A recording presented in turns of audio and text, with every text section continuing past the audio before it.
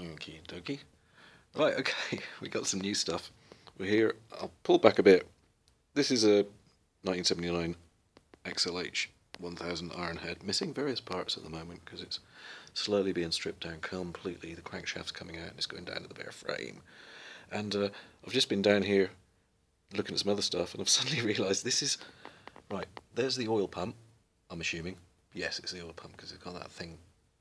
Right, and then there's a tube and it goes out, and the tube is great because it pumps all the oil up to the oil tank so it can just go back through the engine again, which is terrific. But I've noticed it's very worn.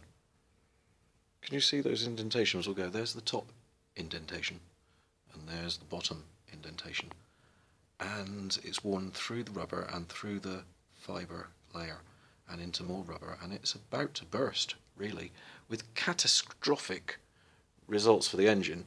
And it's like, well, what could be causing this trouble? It's the chain, isn't it? Look, there's a sprocket. Chain's been rubbing on it this whole bloody time. So I've been really lucky there, I think. A lot of bad things could have happened.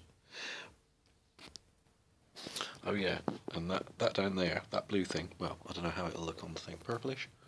Plastic insert in there. That's mine, I put that in there, I realised that was missing. So there's probably a few of these actually. I think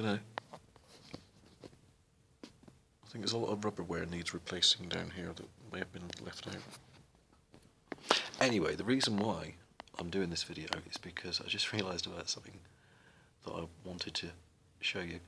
If you look at this, it's got two engine numbers. One's been scored out, and then there's been a new one put in ahead.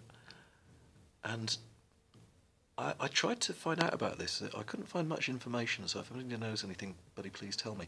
My take on it is this. What happened is, towards the end, AMF, we were getting very sloppy, and there was a load of old cafe racer frames knocking about, so they slung the Ironheads in those, and for one reason or another, the frame numbers didn't match the engine numbers, and AMF didn't really think much about it, and they, as far as I understand it, within about a week they started getting letters and phone calls from insurance companies going, what are you doing?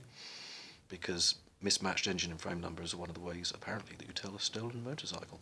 So they were quickly, as I understand it, they were quickly recalled, and this was the answer. Scritch that out and bang, bang, bang, bang, stick another one on. So what you're looking at, ladies and gentlemen, is nothing more or less.